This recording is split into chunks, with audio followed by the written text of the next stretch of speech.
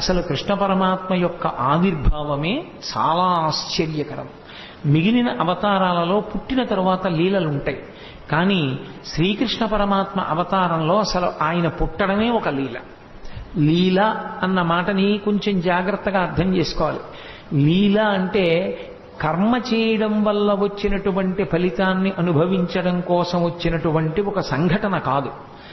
పరమేశ్వరుడు తనంత తాను కల్పించుకుని లోకానికి ఒక పాఠం నేర్పడం కోసమని చేసినటువంటి క్రియ. అంటే మీకు నేను ఒక ఉదాహరణ చెప్పాలి అంటే, నేను ఇవాళ మీ ముందు ఇలా మెళ్ళో పూలదండ వేసుకుని కూర్చోవడానికి శాస్త్రంలో గతంలో నేను చేసిన కర్మ ఏదో ఫలితంగా ఉంటుంది. కాబట్టి నాకు ఇవాళ ఈ విషయం మీద ప్రసంగించడానికి పరమేశ్వరుడు ఒక అధికారం ఇస్తాడు. అలా ఇప్పుడు కోటేశ్వరరావు గారు లీల చేశారండి అనకూడదు. లీల ఉండదు. గతంలో చేసుకున్న పాపపుణ్యములను బట్టి నేను ఇప్పుడు ఈ పని చేస్తున్నాను. నాకు ఏదో మోకాలు నిప్పెట్టింది అనుకోండి, గతంలో ఎప్పుడో ఏదో చేసిన పాపం ఉంది, దానికి పరమేశ్వరుడు ఇప్పుడు మోకాలు నిప్పెట్టేటట్టుగా చేసి ఆ పాపాన్ని తీసేస్తాడు. అంతేగాని నాకు మోకాలు నిప్పి రావడం లీల అనకూడదు. అవి నేను గతంలో చేసుకున్న కర్మల యొక్క ఫలితాలు. పాపము కానీ పుణ్యము కానీ అనుభవంలోకి వస్తుంది, సుఖ దుఃఖములుగా వస్తుంది. నేను పుట్టడం కర్మ. నేను ఒక మనుష్యునిగా పుట్టాను అంటే గత జన్మలో చేసుకున్న కర్మను అనుసరించి పరమేశ్వరుడు నాకు మనుష్య జన్మనిస్తాడు. భగవంతుడు పుట్టడం కర్మ కాదు, లీల. ఎందుచేత అంటే లోకోద్ధరణ కొరకు శరీరమును తీసుకోవలసిన అవసరం లేని పరమాత్మ శరీరాన్ని స్వీకరిస్తాడు. ఆయన కృష్ణ పరమాత్మ యొక్క జననమే ఒక లీల. ఎందుచేత అంటే రామావతారంలో ఆయన ఎక్కడ చతుర్భుజుడై శంఖచక్ర గదాపద్మములతో కనపడలేదు పుట్టినప్పుడు. కానీ కృష్ణావతారంలో అలా కాదు. అసలు గర్భస్థమైనటువంటి కృష్ణ పరమాత్మని స్తోత్రం చేయడానికి దేవతలందరూ వెళ్ళారు. పైగా అసలు కృష్ణ పరమాత్మ పుడుతున్నాడన్న విషయం, ఆ 8వ గర్భానికి కంసుడు చచ్చిపోతాడన్న విషయం 8 గర్భాల ముందు లోక విదితం. కంసుడు అక్కర్లేని పనిని ఒకదాన్ని స్వీకరించాడు. దేవకీదేవికి వసుదేవుడితో వివాహమై వాళ్ళిద్దరూ బయలుదేరినప్పుడు తగుదునమ్మా అని చెల్లెల మీద ప్రేమతో రథానికి సారథ్యం చేస్తానని పగ్గాలు పట్టుకుని బయలుదేరాడు. రథం వెళ్ళిపోతోంది. అశరీరవాణి పలికింది, ఒరే నువ్వు ఎంతో సంతోషంగా ఈమెని తీసుకెడుతున్నావు, కానీ ఈమె యొక్క కడుపున 8వ వాడుగా ఎవడు జన్మిస్తాడో వాడి చేతిలో నువ్వు మరణిస్తావు. అంటే అందరికీ తెలుసు 8వ గర్భంలో పుట్టేవాడే కంసుని మరణానికి కారకుడవుతాడు అని. అందుకే చెల్లెల్ని చంపైపోయాడు కూడా కంసుడు. సరే, కథ నడిచింది. తర్వాత 8వ గర్భం కదా అన్నాడు. ఆ మహానుభావుడు వసుదేవుడు ఆ కంసుణ్ణి కొంతవరకు ఉపశాంతి వహించేటట్టు చేశాడు. వెళ్ళారు. మొట్టమొదటి కొడుకు పుట్టాడు. బావా, మొదటి కొడుకు నన్ను చంపేవాడు కాదు కదా, 8వ కొడుకు కదా, మొదటి కొడుకుని చంపానన్న అపఖ్యాతి నాకెందుకు, 8వ వాడు పుట్టినప్పుడు తీసుకురా బావా, నువ్వు మాట తప్పేవాడివి కాదులే అన్నాడు. 1, 2, 3, 4, 5, 6 బిడ్డల్ని ఇచ్చేశాడు. 7వ వాడు గర్భ సంకర్షణమై బలరాముడిగా పుట్టాడు. ఈ 6 పిల్లల్ని తిరిగి ఇచ్చిన తర్వాత నారదుడు వచ్చి, ఏమనుకుంటున్నావో పిచ్చివాడా, వీళ్ళందరూ దేవతాంశ సంభూతులే, నిన్ను చంపడానికి పుట్టిన వాళ్లే అన్నాడు. అయ్య బాబోయ్ అలాగా అన్నాడు. మళ్ళీ 6 పిల్లల్ని పిలిపించి చంపేశాడు. 7వ వాడు సంకర్షణుడై రోహిణీదేవికి జన్మించాడు. ఇక 8వ గర్భంలో పుట్టేటటువంటి వాడు తనని చంపేవాడే అన్న విషయం కంసుడికి అతి విశ్వసనీయంగా తెలుసు. కాబట్టి అది భగవదంశ అన్న విషయం కూడా స్పష్టంగా తెలుసు. ఎందుకంటే నిన్ను చంపడానికి శ్రీమన్నారాయణుడే ఆవిర్భవిస్తున్నాడు అని నారద మహర్షి చెప్పేశారు. కాబట్టి రాక్షసుడైన కంసుడు ఎంత జాగ్రత్త తీసుకున్నాడంటే, రాక్షసత్వము అన్న మాటకు అర్థం ఏమిటో అక్కడ అర్థమవుతుంది. అసలు అంత జాగ్రత్త తీసుకున్నాడు. లోపల సూతికా గృహం నిర్బంధం, దేవకీదేవిని స్వేచ్ఛగా ఉంచాడు. వసుదేవుడి కాళ్ళుకి చేతులకి బంధనాలు వేశాడు. ఎదురుగుండా భార్య ప్రసవం. ఆమె ఎంత బాధపడుతున్నా భర్త లేచి కనీసం గుక్కెడు మంచినీళ్లు కూడా ఇవ్వలేడు. కాబట్టి కాళ్ళకి చేతులకి బంధనాలు వేశాడు. అక్కడ నుంచి చూస్తే సూతికా గృహం ఇక్కడ వరకు కనపడాలి, అలా ఏర్పాటు చేశాడు. విచ్చుకత్తులు పట్టుకుని తిరుగుతూనే ఉండాలి. 8వ గర్భం పుట్టగానే ఏడుపు వినబడగానే పిల్లాన్ని చంపేయాలి. అది కూడా ఎంత భయంకరంగా చంపేవాడంటే, పిల్లల కాళ్ళు పట్టుకుని గిరగిరా తిప్పి బండకేసి కొట్టేవాడు. కాబట్టి పిల్లవాడు ఏడవగానే నాకు తెలియాలి. అసలు పడుకునేవాడు కాదు, నిద్రపోయేవాడు కాదు, ఏది చేస్తున్నా సరే 8వ గర్భం వచ్చేస్తోంది అదే బెంగ. ఇంత బెంగ పెట్టుకున్నప్పుడు శ్రావణ మాసంలో అష్టమి తిథి నాడు అర్ధరాత్రి కటిక చీకట్లో కారాగారంలో లోకాలన్నింటినీ పరిపాలింపవలసినటువంటి పరమాత్మ, ఆయనకి తెలియదు ఎవడెంత జాగ్రత్త తీసుకున్నా ఆయన మాయయందు ఎవరు దాటి యువతలకి రాగలిగినవాడు. మమ మాయా దురత్యయ అంటాడు. ఒక్కసారి ఆ మాయనంతటినీ కమ్మాడు. ఎక్కడి వాళ్ళక్కడ గాఢ నిద్రలోకి వెళ్ళిపోయారు. దేవకీ వసుదేవులు తప్ప ఎవ్వరూ లేరు. ఆఖరికి చిత్రం ఏమిటంటే దేవకీదేవి గర్భమునందున్నటువంటి శ్రీమన్నారాయణుణ్ణి 33 కోట్ల మంది దేవతలు చతుర్ముఖ బ్రహ్మగారితో కలిపి వచ్చి స్తోత్రం చేశారు. ఆయన పుట్టవలసిన సమయం ఆసన్నమైంది. ఏ విధమైనటువంటి ఇబ్బంది లేకుండా శిశోదయం అయిపోయింది. పిల్లాడు పుట్టాడు. లోకంలో ఎక్కడైనా పిల్లవాడు పుడితే తల్లిదండ్రులు సంతోషిస్తారు తప్ప పిల్లవాడికి తల్లిదండ్రులు నమస్కారం చేసి స్తోత్రం చేసినటువంటి సందర్భం ఉండదు. ఆఖరికి వామనమూర్తి పుట్టినప్పుడు కూడా నన్ను కన్న తండ్రి నా పాలి దైవమా నా తపప్పలంబ నా కుమార నాదు చిన్ని వడుగ నా కుల దీపక రగదయ్య భాగ్య రాశివగుచు అంటుంది. నా కొడుకనే అంటుంది అదితి. కానీ శ్రీకృష్ణ పరమాత్మ యొక్క అవతారంలో మాత్రం పుడుతూనే ప్రాకృత శిశువుగా కనపడలేదు. అసలు ఇలా పుడుతూనే జలధరదేహు నాజాను చతుర్బాహు సరసీరుహక్షు విశాలవక్షు జారుగదా శంఖచక్ర పద్మ విలాసు కంఠకౌస్తుభమని కాంతిభాను కమనీయ కటిసూత్ర కంకణ కేయూర శ్రీవత్సలంచనంచిత విహారు మరుకుండలద్వయ మరు విహారు అని ఆ మహానుభావుడు పుడుతూనే ఆయన నీలమేఘఛాయ ఎలా ఉంటుందో అటువంటి మేఘఛాయతో శంఖచక్ర గదా పద్మములతో కూడుకున్నటువంటి వాడై కటిక చీకటితో ఉన్నటువంటి ఆ కారాగారమునందు భాషించాడు. ఈ పిల్లవాణ్ణి చూశాడు వసుదేవుడు, ఆశ్చర్యపోయాడు. ఇదేమిట్రా, సాక్షాత్ శ్రీమన్నారాయణుడు కొడుకుగా పుట్టాడు.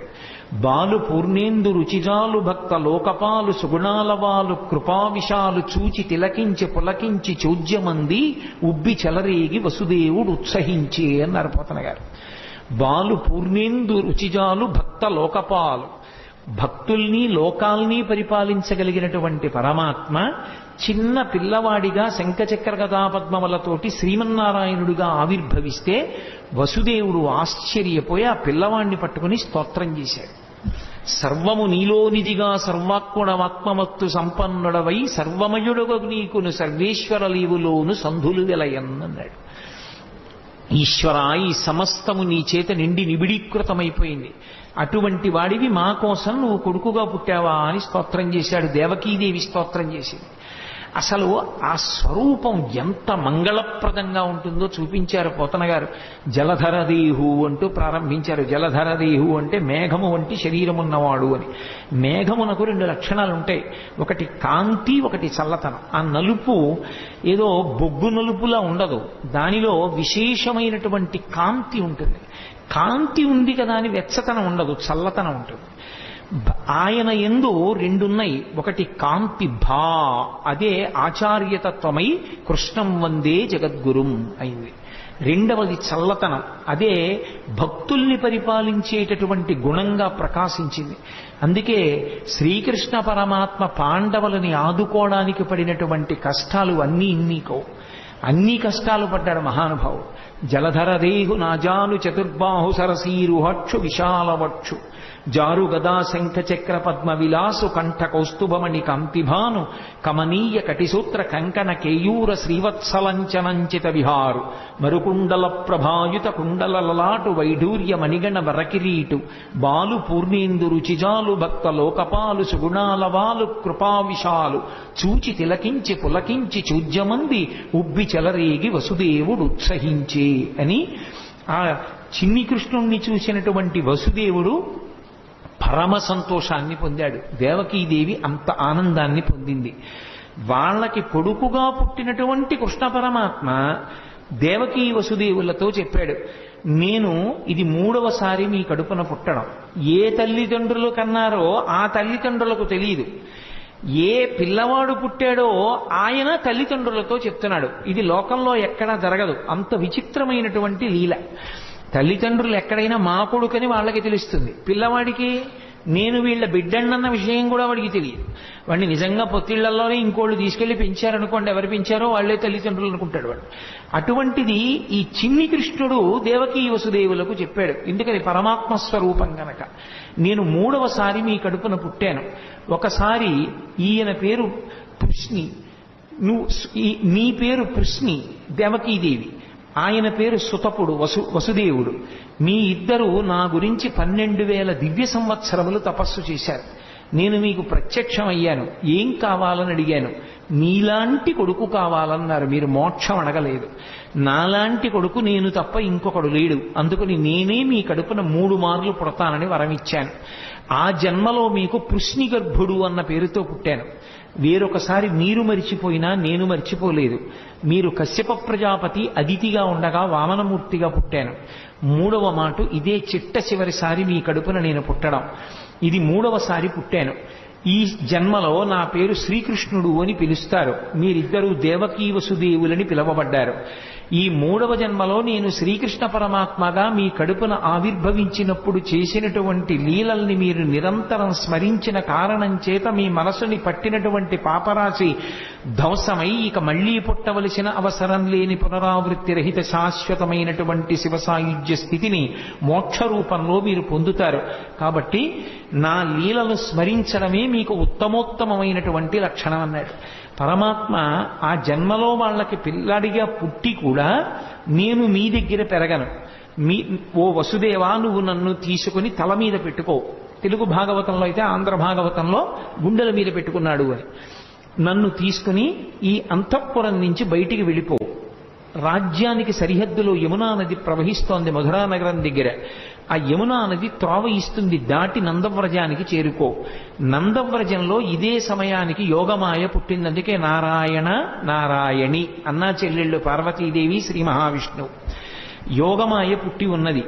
నన్ను తీసుకెళ్లి అక్కడ పడుకోబెట్టి ఆ ఆడపిల్లని తీసుకుని మళ్ళీ వెనక్కి వచ్చేసిన తరువాత మళ్లీ నువ్వు అంతఃపురంలోకి వచ్చి కాళ్ళకి చేతులకి సంకెళ్ళు పడిపోయి యథాస్థితిని పొందిన తరువాత ఆడపిల్ల ఏడుస్తుంది. ఏడిచిన తరువాత కంసుడు లేస్తాడు.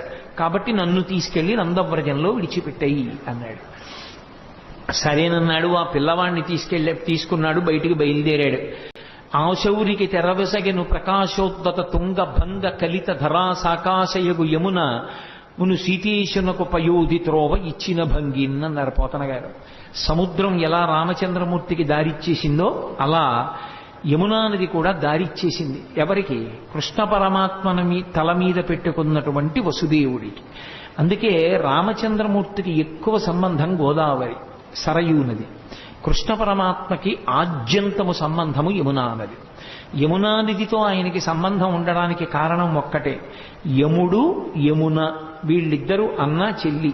వీళ్ళిద్దరూ సూర్య భగవానుడి యొక్క బిడ్డలు. యమున ముందుకు నడిచి వెళ్ళిపోతూ ఉంటుంది. కాలము వెనక్కి రాదు. గంగ అలా కాదు. గంగ ముందుకు వెళ్ళి వెనక్కి వెడుతుంది. కాశీలో దక్షిణానికి వెడుతున్న గంగ మళ్ళీ వెనక్కి తిరిగి ఉత్తరానికి వెళ్ళింది. గంగ దక్షిణానికి వెళ్ళింది అంటే జనన మరణ శోక సంసార స్వరూపం. ఉత్తరానికి తిరగడం అంటే మృత్యువునంత పోగొట్టగలిగినటువంటి పరమేశ్వర స్థానాన్ని, కైలాసాన్ని చూడడం. అక్కడ తిరిగింది కాబట్టి ఉత్తరానికి కాశీపట్టణంలో ప్రవహించేటటువంటి గంగకి ఒక ప్రత్యేకమైనటువంటి ప్రాముఖ్యత ఏర్పడింది. అందుకే కాశీగంగా అంటుంటారు. యమున అలా కాదు, ముందుకే వెడుతుంది. అందుకే యమున కాలస్వరూపం. యమునని దాటలేరెవరు. కాలాన్ని దాటడం ఎవరికి సాధ్యం కాదు. కాలమును దాటేశాడు అంటే ఇక పుట్టడు అని గుర్తు, మోక్షాన్ని పొందాడు అని.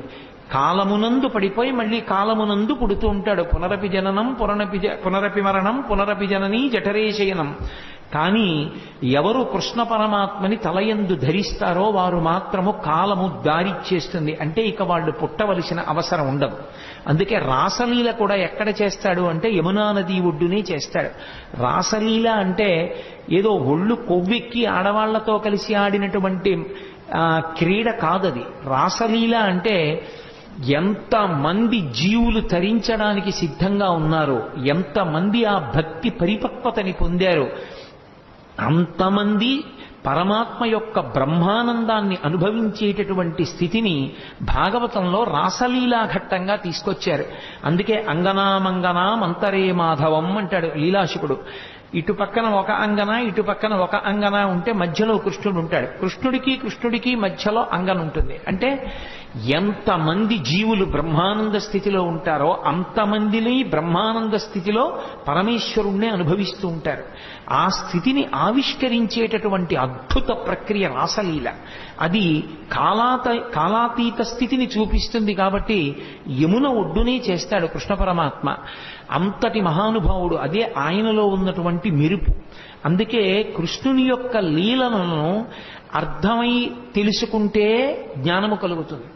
ఒకవేళ వాటి లోపల ఉన్న విశేషం తెలియకపోయినా పరమభక్తితో కృష్ణలీలల్ని విన్నంత మాత్రం చేత ఒక లక్షణం కలుగుతుంది.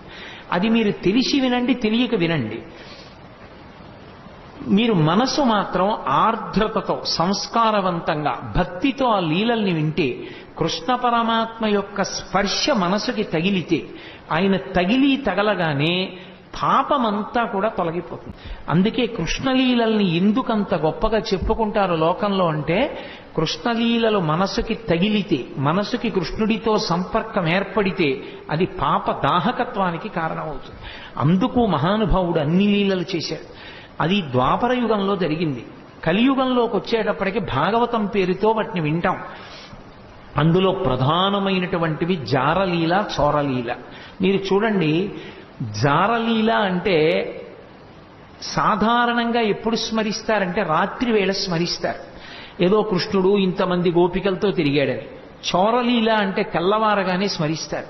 ఏదో పక్కింట్లో లేకపోతే పక్క సందులో కుక్కలు ఎక్కువ మురిగాయి అనుకోండి, ఏమిటి రాత్రి కుక్కలు అన్ని మురిగాయి, ఏమైనా దొంగతనం జరిగిందా అంటారు. చోరలీల తెల్లవారుజామున స్మరింపబడుతుంది, జారలీల రాత్రి స్మరింపబడుతుంది.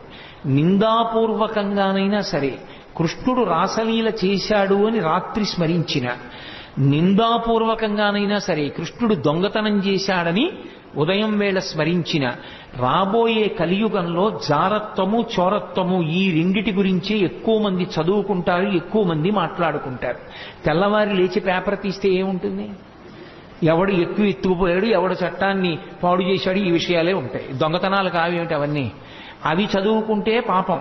కనీసం దాని మీద అనురక్తి కొద్దీ కృష్ణుడి యొక్క చోరలీల చెప్పుకుంటే, కృష్ణుడు చేసిన దొంగతనమని మాట్లాడినా సరే అది మోక్షానికి కారణం. రాత్రి జారలీల మాట్లాడుకుంటే కృష్ణుడు జారుడన్నా సరే ఆయనకేం బెంగలేదు. కానీ కృష్ణ అన్న మాట ఎత్తారు కాబట్టి అది పాపాన్ని దహింపచేస్తుంది. అందుకే అసలు ఆయన పేరే కృష్ణ. కృష్ణ అంటే నిరతిశయ ఆనంద స్వరూపుడు అని అర్థం.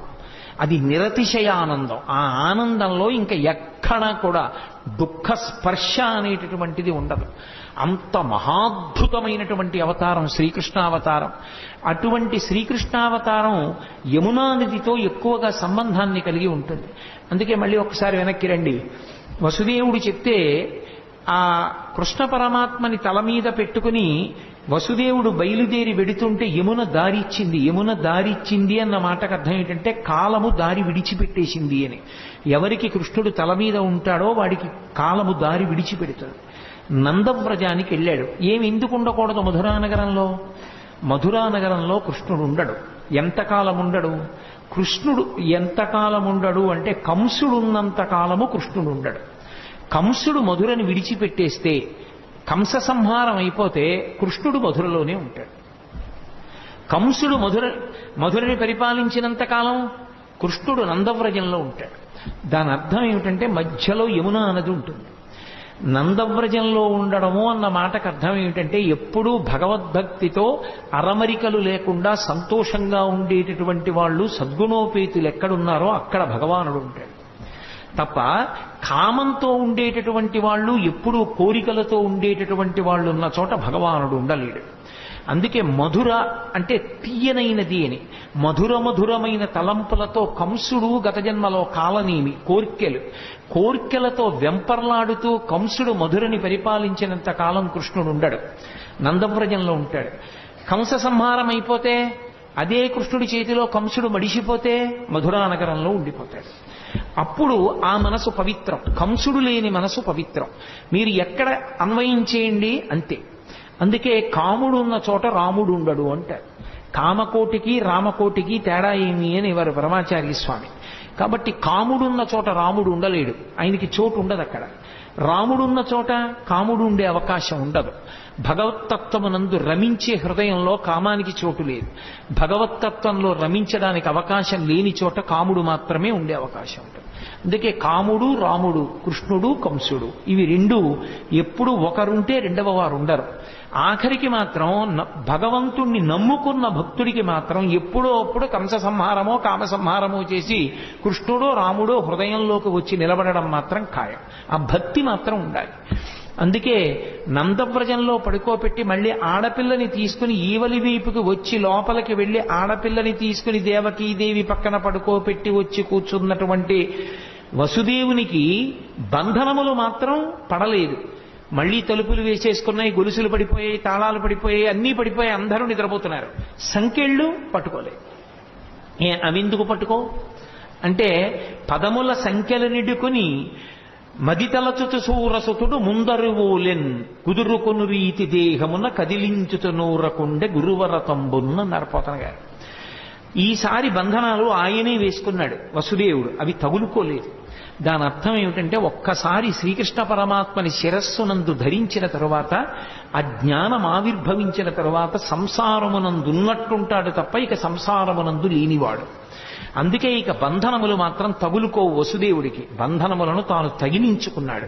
అంటే సంసారమునందున్నవాడిలా ఉంటాడు. అందుకే అసలు కృష్ణ పరమాత్మ యొక్క జననమే గొప్ప లీల.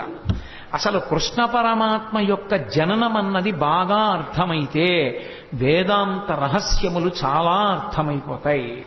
అసలు మనుష్య శరీరము, ఆత్మ, సత్యాసత్య వివేకము ఇవన్నీ కూడా బాగా అర్థమవడానికి అవకాశం ఇచ్చేది ఏది అంటే శ్రీకృష్ణ పరమాత్మ యొక్క జననమే. అందుకే దాన్ని పరిపూర్ణావతారం అని పిలవడానికి కారణం అదే. ఒకవేళ అలా ఏమీ అర్థం కాలేదనుకోండి, దాని వలన వచ్చిన నష్టం ఏమీ లేదు. కనీసం కృష్ణుడు పుట్టాడు, అలా పుట్టగలడు అని నమ్మి వినగలిగితే చాలు, అది రక్షిస్తుంది.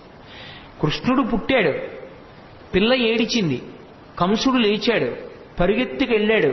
అన్న శమింపుమన్న తగదల్లుడు కాడిది మెనకోడలవు మన్నన చేయు మన్న విను మానిని చంపుట రాచపాడి కాదన్న సుకీర్తివై మనగదన్న మహాత్ములు పోవుత్రోవు పోవన్న భవత్ సహోదరి కదన్న నిను శరణంబు వేడదన్నని ఏడిచింది దేవకీదేవి.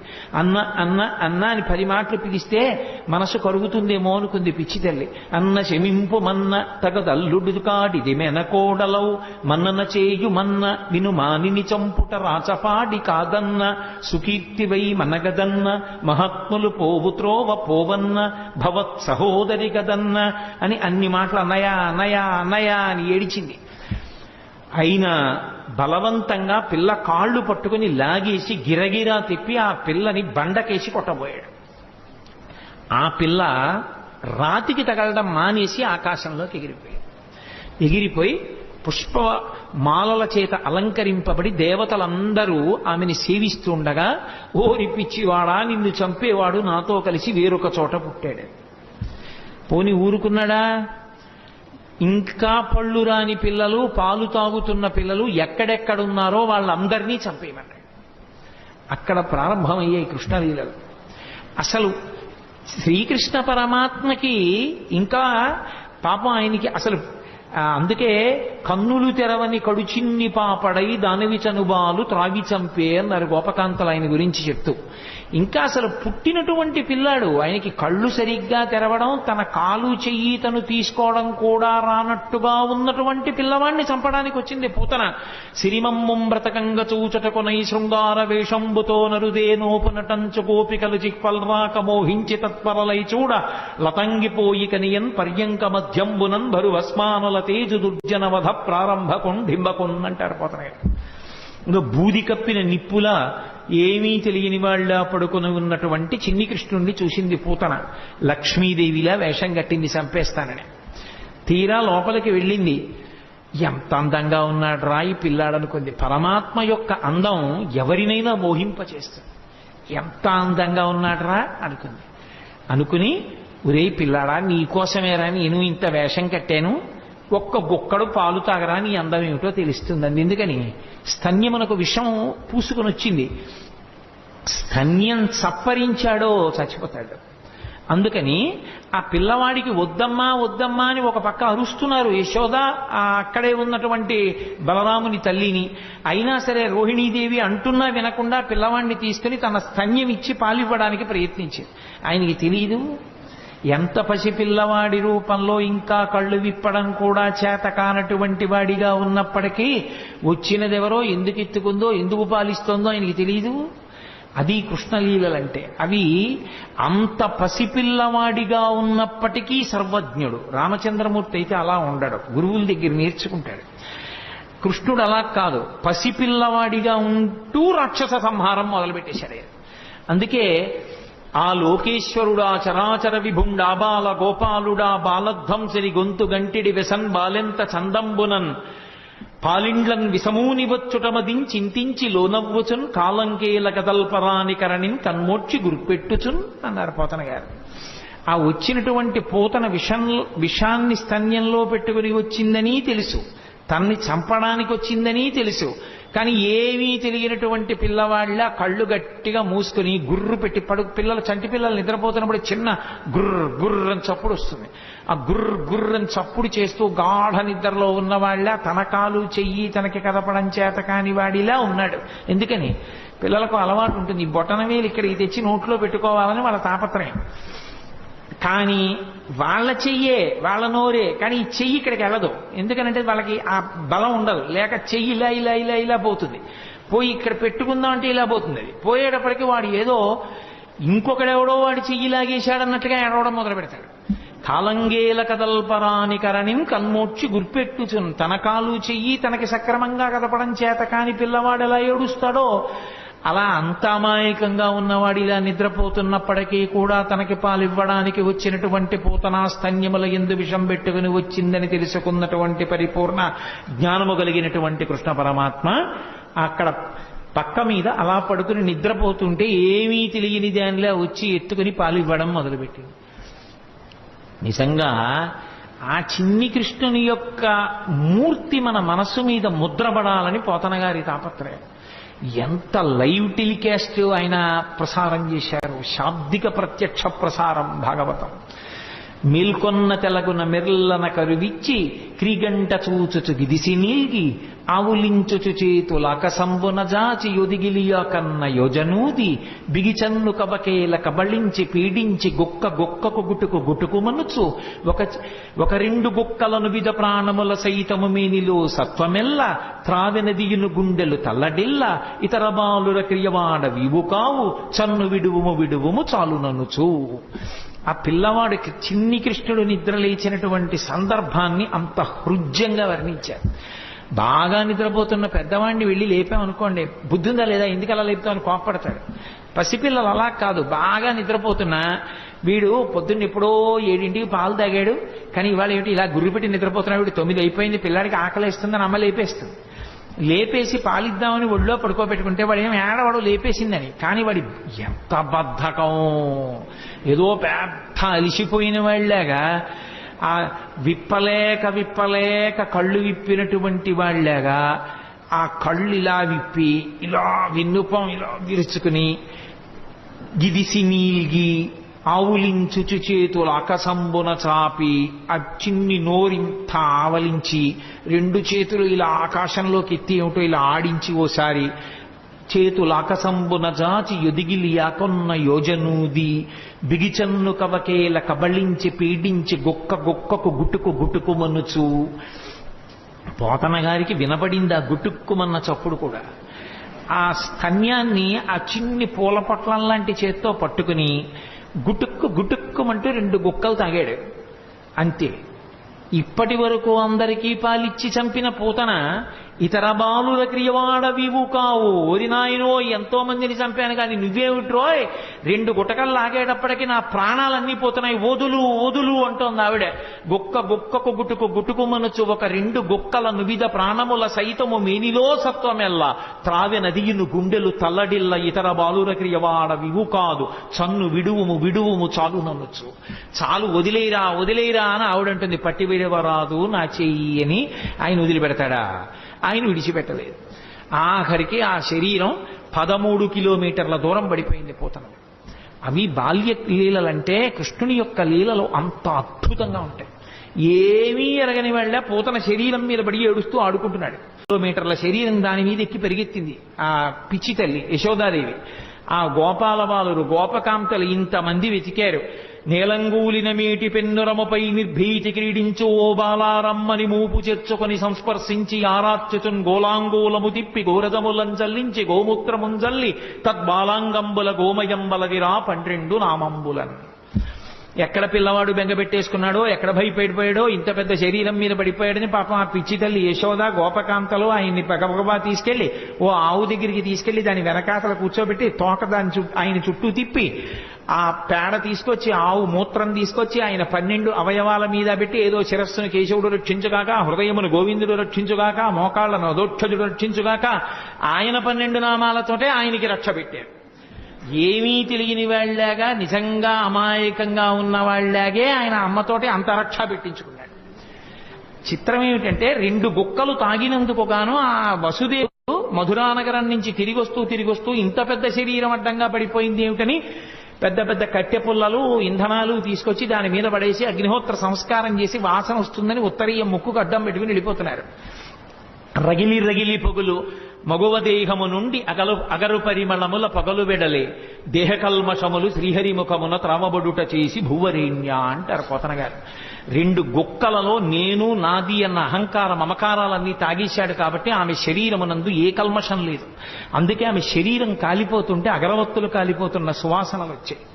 కన్న తల్లి ఏ స్థితి పొందుతుందో అటువంటి స్థితి పూతన పొందేసింది. దీని లోపల ఉన్నటువంటి తత్వం అర్థం అవ్వచ్చు, అర్థం కాకపోవచ్చు. కానీ చిన్ని కృష్ణుడు పాలు తాగి పూతనా సంహారం చేసినటువంటి సందర్భాన్ని వింటున్నప్పుడు మనసు రమించి ఆ చిన్ని కృష్ణుడి మీద హత్తుకుందనుకోండి, చాలు. ఆ కృష్ణ పాద స్పర్శ చాలు సమస్త పాపములను తొలగతోస్తుంది. అంత శక్తివంతము. అందుకే అసలు పెద్దవాడైపోయినటువంటి కృష్ణ పరమాత్మ చేసినటువంటి లీలల గురించి చెప్పుకున్న కన్నా శ్రీకృష్ణుని యొక్క బాల్యలీలల గురించి చెప్పుకున్నట్టుగా చెప్పుకోరు పెద్దవాడి లీలలు. ఎందుచేత అంటే పెద్దవాడైపోయిన కృష్ణుని యొక్క లీలలు చాలా గంభీరంగా ఉంటాయి. చిన్ని కృష్ణుడిగా చేసినటువంటి లీలలు హృద్యంగా ఉంటాయి, ఆకర్షణీయంగా ఉంటాయి, ఆ బాలగోపాలాన్ని ఆకర్షిస్తాయి. అందుకే వ్యాసుల వారు ఎంత అనుభవించారో, పోతన గారు ఎంత అనుభవించారో, మధుసూదన సరస్వతి ఎంత అనుభవించారో, లీలాశుకుడు ఎంత అనుభవించాడో, బాల్యలీలలకు ఉన్నంత గొప్ప స్థానం శ్రీకృష్ణ పరమాత్మ యొక్క అవతారంలో నిజానికి పెద్దవాడైపోయినటువంటి కృష్ణుడి యందు లేదని నేను అనను. కానీ మనం కూడా బాలకృష్ణుడి యొక్క మూర్తిని చూస్తే పొందేటటువంటి ఉత్సాహం పెద్ద కృష్ణుని యొక్క మూర్తిని చూస్తే పొందాం. బాలకృష్ణుని యొక్క లీలలు అంత అద్భుతంగా ఉంటాయి. అందుకే ఆ పోతన గారు బాలకృష్ణుడి యొక్క లీలల్ని ఎన్నిటినీ చెప్పారో.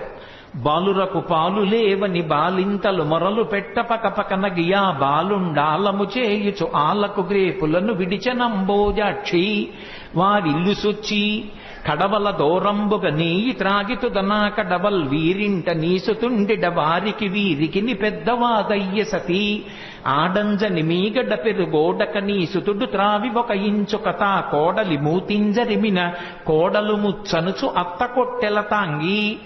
నేను వీటికి అర్థాలు చెప్పక్కర్లేదు, మీకు ఆ పద్యం చదువుతుంటేనే అర్థమైపోతుంది. స్వార్థపరులైనటువంటి అత్తాకోడళ్ళు కడవల్లో వెన్నదాచుకునేవారు. కృష్ణుడు ఎక్కడొస్తాడో అని. కృష్ణుడు ఏం చేశాడంటే రానే వచ్చాడు, ఓ రాత్రి వచ్చాడు, శుభ్రంగా వెన్నంతా తినేశాడు. వెళ్ళిపోయే ముందు కొంచెం వెన్న కోడలు మూతికి రాసి వెళ్ళిపోయాడు. అత్తగారు పొద్దున్న లేచి కడవ దగ్గరికి వెళ్ళింది. కడవలన్నీ ఖాళీ. కోడల్ని లేపడానికి వచ్చింది, మూతి మీద వెన్న ఉంది. ఆశిముచ్చా రాత్రి నేను పడుకున్న తర్వాత వెన్నంతా తినేశావా అని ఆ కోడల్ని పట్టు కొట్టింది. దాచుకున్న వాళ్ళు అలా ఉంటారు. వచ్చిన అతిథుల్ని ఆదరించినటువంటి వాళ్ళు ఎంత అందంగా ఉంటారో, సంసారాలు ఎంత బాగుంటాయో చెప్పడానికి బాలురకు పాలు లేవని బాలింతలు మొరలు పెట్ట పకపకన గియా బాలుండాలము చేయుచు ఆలకు గ్రేపులను విడిచి అంబోజాక్షి